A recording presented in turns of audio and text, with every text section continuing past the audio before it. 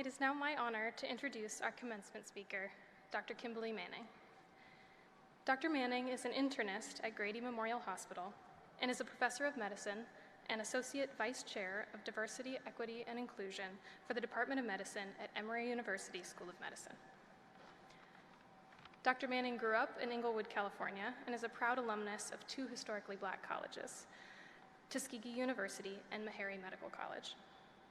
She trained in combined internal medicine and pediatrics at Case Western Reserve and Metro Health in Cleveland.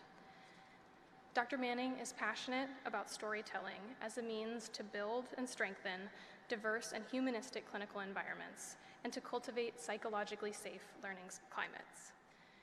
She has received innumerable institutional, regional, and national teaching awards, including the ACGME Parker J. Palmer Courage to Teach Award, the AAMC Group of Diversity and Inclusion Exemplary Leadership Award, and each of Emory's Most Distinguished Teaching Awards. Beyond her prolific writing, she is also a board member for the Arnold P. Gold Foundation, serves on the editorial board for the Journal of Hospital Medicine, and co-hosts the podcast, The Human Doctor. On behalf of the Keck School of Medicine and the class of 2023, please join me in welcoming Dr. Manning.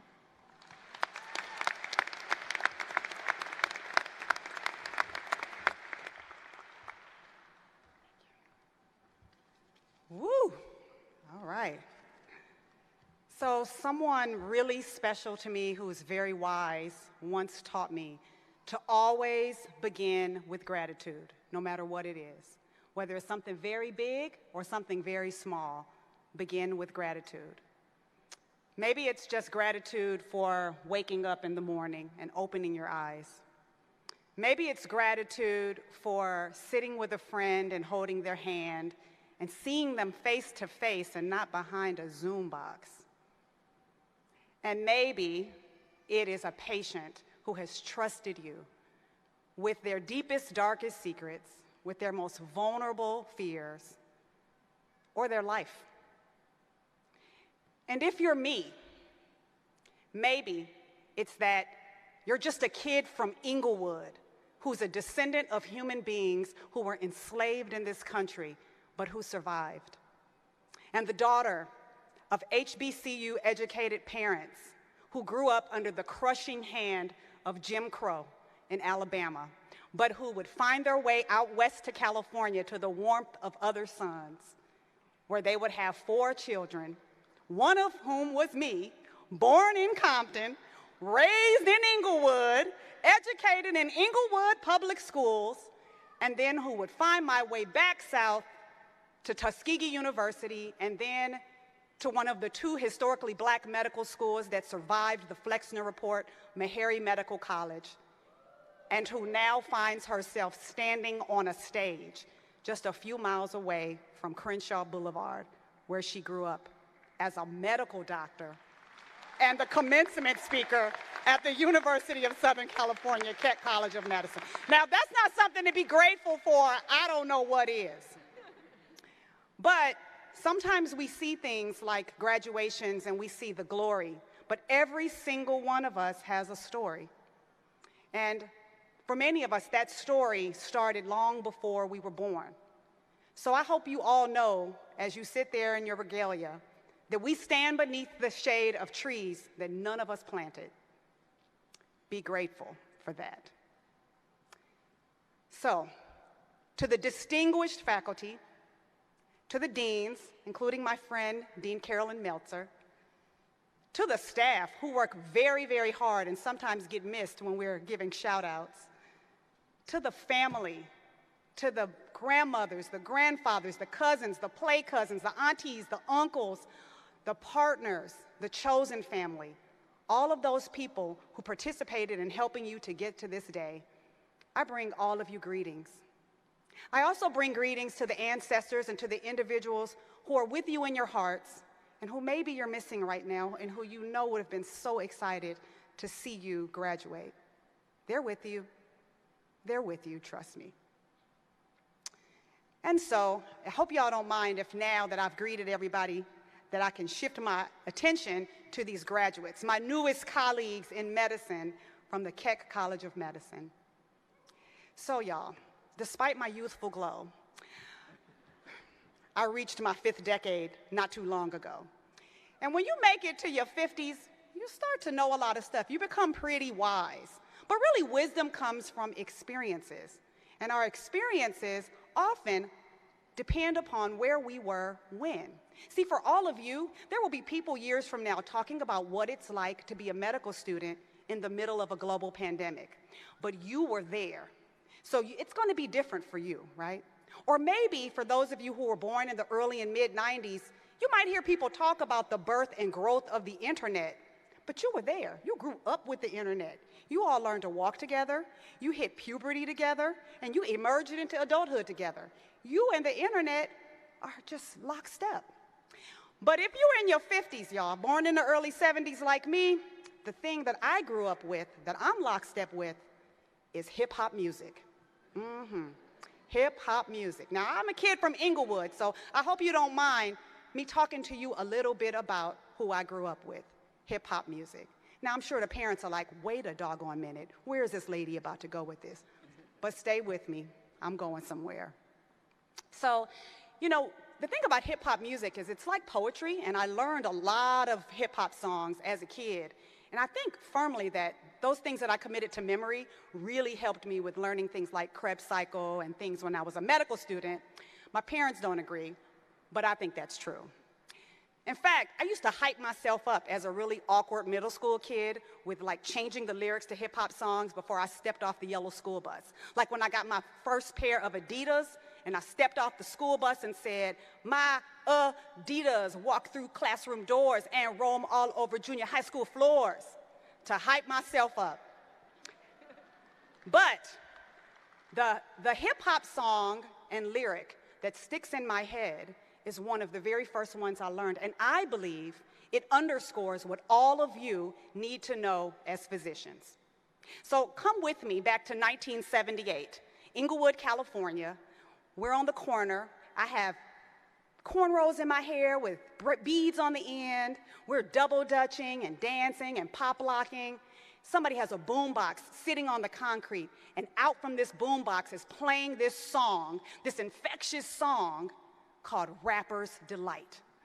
We had never heard anything like this before, but there was this one line from Rapper's Delight, which I would later learn in my adulthood was inspired by a Bible verse. But the line goes, there's a time to laugh, a time to cry, a time to live and a time to die, a time to break and a time to chill, to act civilized and act real ill. But whatever you do in your lifetime, and I changed this when I became a doctor, you always keep the patient front of mind. Now, Miss Eleanor was an 80-year-old matriarch. She had 6 children of her own who were now grown, 4 more that she raised herself, but that she didn't birth herself. And she had so many grandchildren that she had stopped counting. And Miss Eleanor, unfortunately, had metastatic cancer, and I had the honor of caring for her as she neared the end of life at Grady Hospital. So one day I came in to see Miss Eleanor, and when I walked into her room, there was a cloak of melancholy, and I really couldn't figure out why. And so I asked Miss Eleanor, hey, what's going on? And she said, you know, my granddaughter visited me today, and we had a really rough visit. And I don't know about you students, but you know, sometimes there's a point when you cannot cure the patient, but what you can do is sit down and listen and be present. So I pulled up a chair, and I asked Miss Eleanor to tell me what happened. So Miss Eleanor surprised me because deep down in her stomach, she started with this hearty chuckle. And she told me, my granddaughter came in to see me, and I was watching TV, and there was something on TV that was funny to me. So I kept laughing.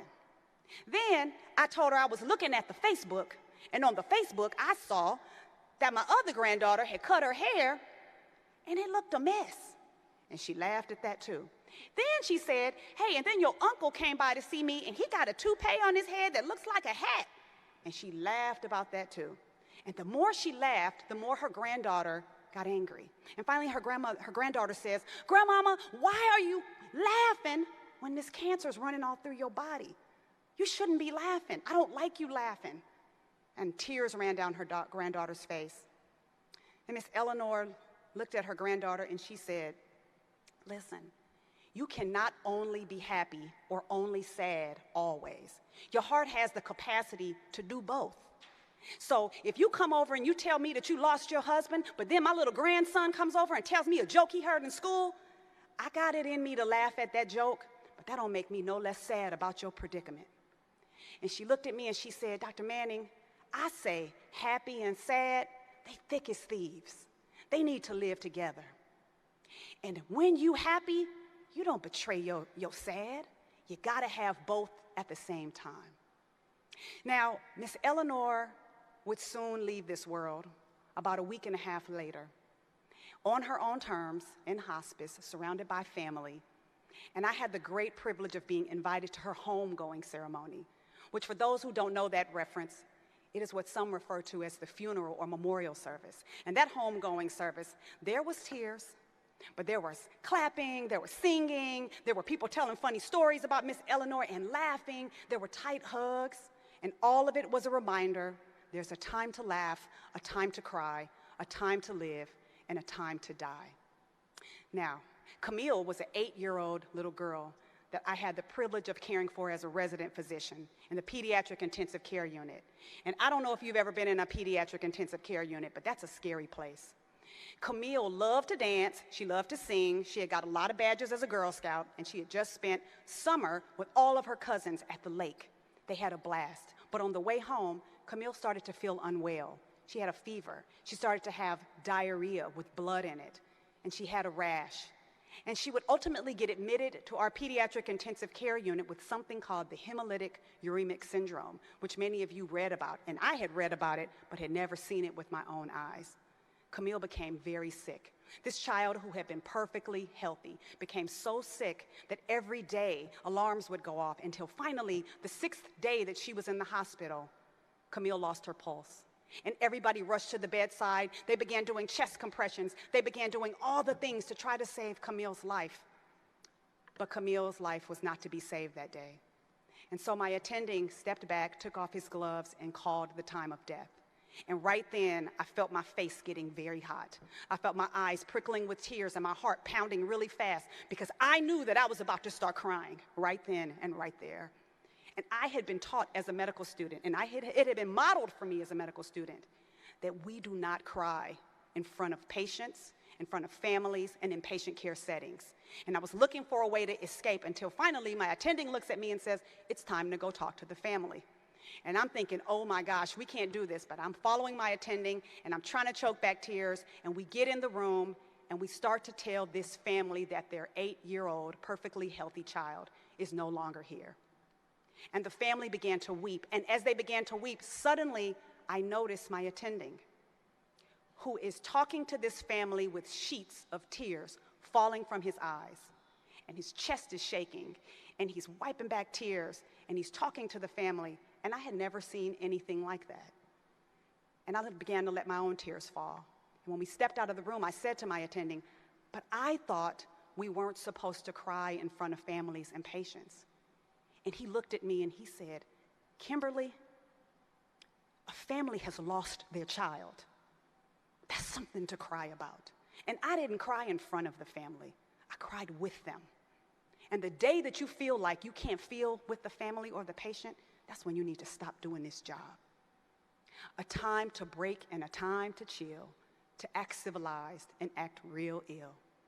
You know, I thought that civilized meant that I needed to be somebody other than who I was.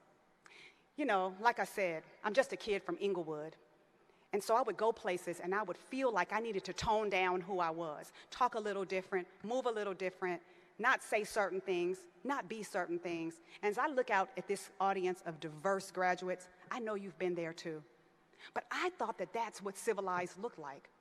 But then as time marched by in my 27 years since graduating from medical school, I would learn that the pieces of me that are uniquely me are some of the best things that I can give patients.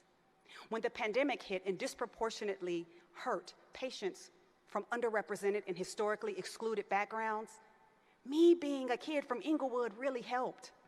Me talking like I talk, walking like I walk, thinking as I do, knowing what I know, it made a difference, and in some instances may have even saved some lives. And so I came to realize that being civilized meant just being me. And I hope you know that whoever you are and whatever your background and path to get here, that's civilized and just right. So there's a time to laugh, there's a time to cry, there's a time to live, and there's a time to die. There's a time to break and a time to chill, to act civilized and act real ill. But whatever you do in your lifetime, you always keep the patient front of mind.